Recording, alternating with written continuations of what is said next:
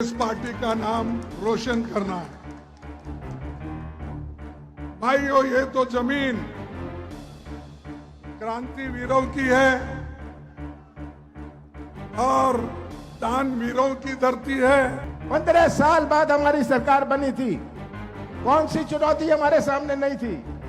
हमने शुरुआत करी थी, हमने परिचय दिया अपनी नीति और नियत का। कौन सा गुनाह मैंने किया? के सामने आइए। आप नहीं आएंगे मुझे मालूम है, इसलिए मैं आंकड़े देना चाहता हूं। मित्रों, 2004 से 14 में बहुत पीछे नहीं जाना चाहता। जब सोनिया मनमोहन सरकार थी, 10 साल मध्य प्रदेश में उनकी सरकार चली। मध्य प्रदेश की सियासत में एक बार फिर से मल्लिकार्जुन खड़गे के इस बड़े बयान के बाद राजनीति गर्मा गई। दरअसल मध्य प्रदेश में साल के आखिर में विधानसभा चुनाव हैं और इसको लेकर के अब तमाम राजनीतिक दल अपने अपने हिसाब से जनता को लुभाने का जो प्रयास है वो शुरू कर चुकी है। और इस बीच मल्लिकार्जुन खड़गे ने कई मुद्दों को लेकर के अपनी बातों को तो रखा, लेकिन उनका जो निशाना रहा वो काफ़ी ज़्यादा इस वक्त जो है सवालों के दायरे में है। दरअसल जातीय जनगणना को लेकर के उन्होंने एक बड़ा बयान दिया। बिहार की राजनीति में जातिगत जनगणना को लेकर के एक बार जो सियासत आपने देखी थी, ठीक वही सियासत इस वक्त मध्य प्रदेश में भी देखने को मिल सकती है। सबसे पहले तो दर्शकों, आपका इस खास प्रोग्राम में बहुत बहुत स्वागत है। और इस प्रोग्राम में हम मध्य प्रदेश की उस राजनीतिक नब्ज को टटोलेंगे और समझेंगे क्या वाकई 2023 के इस विधानसभा चुनाव में भारत जोड़ो यात्रा समेत कांग्रेस पार्टी के बदलते उस तेवर का क्या कोई वाकई फायदा मिलता हुआ नजर आएगा। और क्या मल्लिकार्जुन खड़गे ने जो एक बड़ा दांव चला है सियासी रूप से अगर देखा जाए, तो क्या जनता इस पर विश्वास करेगी? क्योंकि मध्य प्रदेश में भी जातिगत राजनीति का बड़ा बोलबाला रहा है। सबसे पहले तो आपको मल्लिकार्जुन खड़गे के इस बड़े बयान को सुनना चाहिए और बयान में कहे गए उन शब्दों को बारीकी से आप समझिए कि इसका राजनीतिक प्रभाव कितनी दूर तक जो है पहुंचता नजर आए। नाथ है आखिरी में, कमलनाथ। कमल को मैं छोड़ देता हूं, लेकिन नाथ को पकड़ता हूं। नाथ मीन संत। ये नाथ पंथ जितने भी हमारे धर्मों में हो गए, वो लोगों की सेवा करने के लिए हो गए। कमल नहीं, कमल सिर्फ वो बीजेपी में है, नाथ हमारे लिए है। तो ये नाथ को आप जिताना है और कांग्रेस पार्टी का नाम रोशन करना है। भाइयों, ये तो जमीन क्रांतिवीरों की है और दानवीरों की धरती है। पर इस विशाल जनसभा को देखकर मुझे बहुत खुशी हो गई है। इतना बड़ा जनसागर चुनाव के वक्त आना ये बहुत बड़ी बात है। इसलिए मैं यहाँ सागर के सभी नेताओं को और जनता को, मां बहनों को मैं बधाई देता हूं। बुंदेलखंड इलाका इसकी आन बान और शान के लिए बड़ी मशहूर है। बलिदान की भूमि है। आजादी के आंदोलन में शहादत देने वाले नायकों की श्रद्धांजलि हम सबको देना है। बुंदेलखंड केसरी महाराजा छत्रसाल, महारानी लक्ष्मीबाई, वीरांगना झलकारी बाई को भी मैं श्रद्धांजलि देता हूं। इसके साथ साथ 17 साल की उम्र में 1942 के आंदोलन में तिरंगा फहराते शहीद हुए साबूलाल जैन के योगदान को भी मैं नमन करता हूं, जिनके नेतृत्व में भारत का संविधान बना। वो मध्य प्रदेश में ही डॉक्टर बाबा साहब अंबेडकर महू में पैदा हो गए।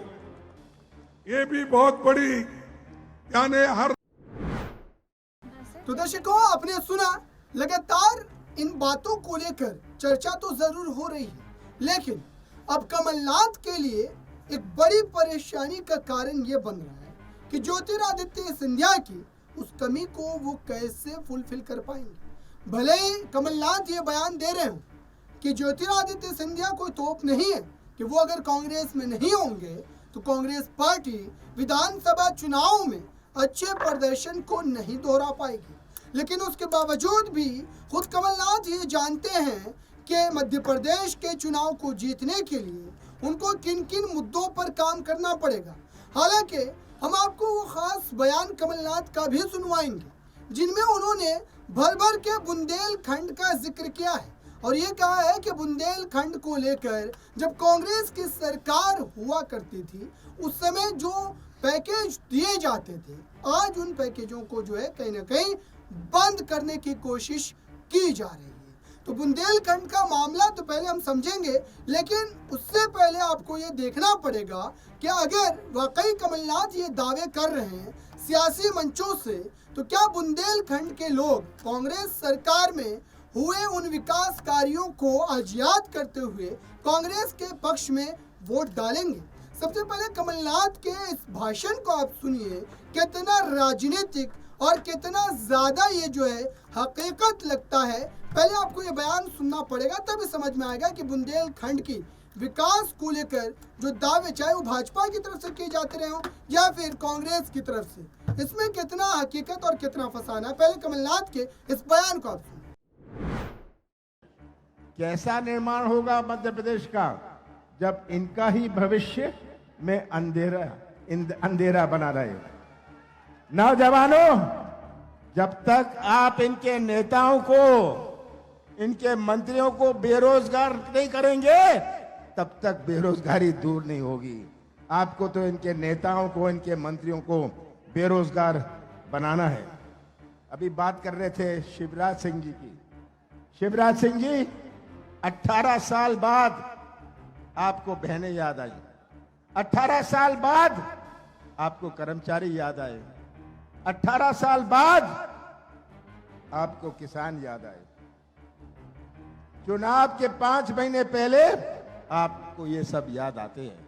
आज मध्य प्रदेश की जनता समझदार है और हमारे बुंदेलखंड की जनता को याद है कैसे राहुल जी ने बुंदेलखंड का पैकेज दिया था।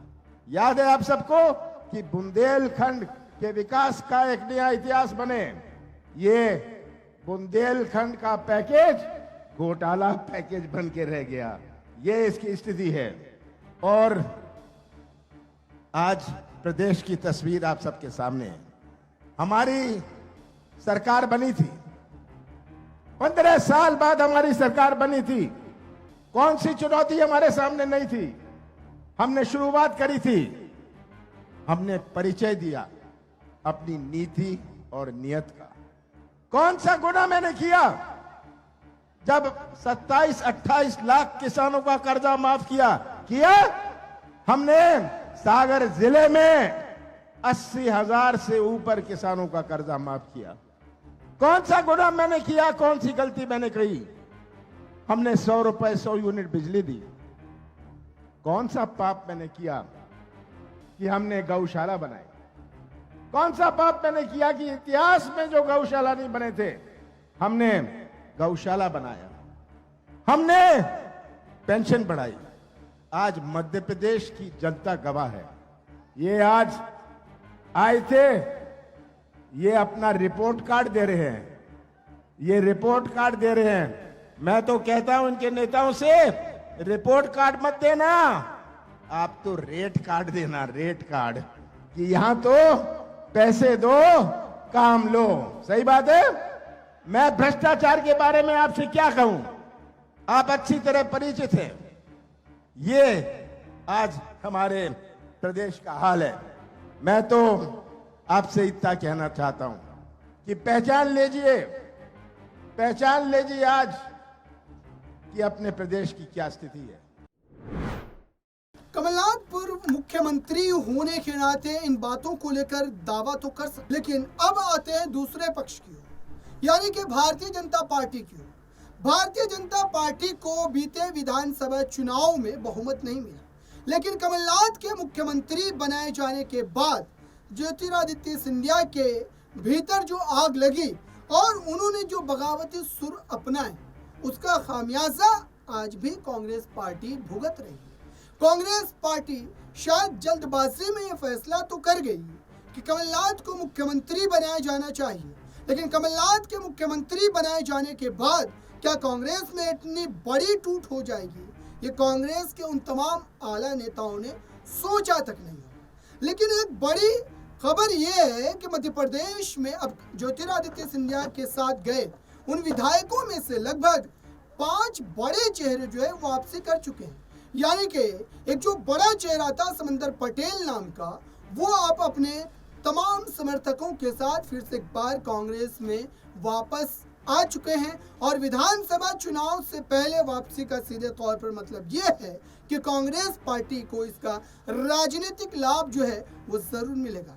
लेकिन इन तमाम बातों को लेकर के भाजपा का जो पक्ष है और भाजपा के रणनीतिकार कहे जाने वाले बड़े चेहरे देश के गृह मंत्री अमित शाह ने मध्य प्रदेश को लेकर के बीमारू राज्य का एक तरीके से शब्दों का इस्तेमाल किया और ये भी कहा कि इस बीमारू राज्य को भारतीय जनता पार्टी के शासनकाल में ही इन तमाम जो है सुख सुविधाओं को दिया गया और फिर उसके बाद आज मध्य प्रदेश उन चुनिंदा रियासतों में शुमार किया जाता है जहां पर हर तरीके की सुविधा उपलब्ध है। अमित शाह के इस बयान से कांग्रेस पार्टी की मुश्किलें भी बढ़ सकती है। अमित शाह ने दरअसल अपने बयानों में किन किन बातों का जिक्र किया है वो एक बार आप जरूर सुन करके देखें। प्रयोग 4 राज्यों के पहले अक्षर से लिया गया था। बिहार, संयुक्त मध्य प्रदेश जो आज का मध्य प्रदेश और छत्तीसगढ़ है, राजस्थान और उत्तर प्रदेश।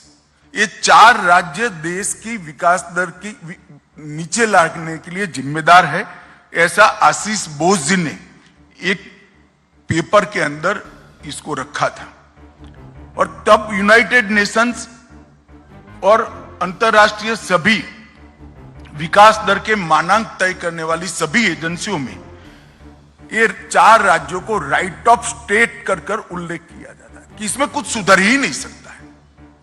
ये 4 राज्य राइट ऑफ स्टेट माने जाते हैं और वो सभी सर्वेक्षणों ने भी ये बीमारू राज्य को भारत के ग्रोथ की बाधा के रूप में वर्णित किया गया। 2003 में श्रीमान बंटाधार की सरकार को हटाकर मध्य प्रदेश की जनता ने एक ऐतिहासिक निर्णय दिया। उमा भारती जी के नेतृत्व में भारतीय जनता पार्टी की सरकार बनी।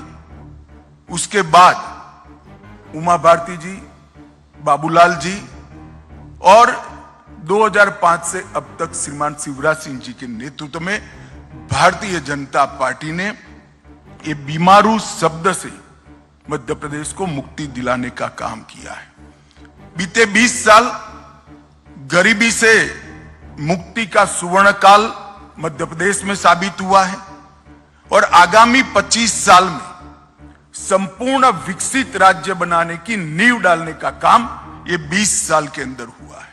इसके साथ साथ आत्मनिर्भर मध्य प्रदेश बनाने की नींव डालने का भी काम हुआ है, चाहे स्वास्थ्य का क्षेत्र हो, औद्योगिक विकास हो, इरिगेशन का रकबा हो, कृषि विकास हो, युवाओं के लिए पढ़ाई लिखाई के सभी आयाम मध्य प्रदेश में ही उपलब्ध करने हो, अपनी स्वभाषा में मेडिकल और इंजीनियरिंग की पढ़ाई लिखाई करनी हो। हर दृष्टि से एक आत्मनिर्भर मध्य प्रदेश बनाने का एक नींव डालने का काम ये 20 साल में हुआ है और मैं मध्य प्रदेश की 9 करोड़ की जनता को भरोसा दिलाने आया हूं कि आने वाले अमृत काल का समय मध्य प्रदेश को देश के सबसे विकसित राज्यों की श्रेणी में रखने के लिए और संपूर्ण आत्मनिर्भर राज्य बनाने की दिशा में हम काम करेंगे।